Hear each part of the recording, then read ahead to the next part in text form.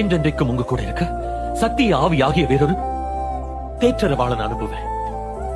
பரிசுத்த ஆவியானவர் அவர் உங்களுடனே வாசம் பண்ணி உங்களுக்குள்ள இருப்பதால நீங்க அவரை அறிவீங்க. நாங்க உங்களை நேசிக்கிறோம்.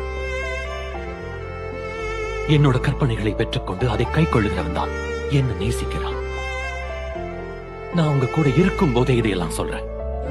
என் நாமத்தினாலே பிதா அனுப்ப போற பரிசுத்த ஆவியாகிய தேற்றரவாளனே எல்லாவற்றையும் உங்களுக்கு போதித்து நான் உங்களுக்கு சொன்ன எல்லாவற்றையும் உங்களுக்கு நினைப்பூட்டுவாரு.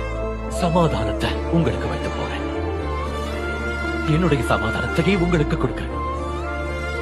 உங்க இருதயம் கலங்காமலும் பயப்படாமலும் இருப்பதாக. நான் போவேனும் திரும்பி உங்களிடத்தில் வருவேனும் நான் உங்கள்கிட்ட சொன்னதை கேட்டீங்களே. நீங்க என் மேல அன்பா இருந்தீங்கன்னா சந்தோஷப்படுவீங்க. ஏன்னா நான் பிதா கிட்ட போறேன். அவர் என்ன விட பெரியவர். இதெல்லாம் நடக்கிறதுக்கு முன்னாடியே உங்ககிட்ட சொல்றேன். ஏன்னா இதெல்லாம் நடக்கும் போது நீங்க விசுவாசி.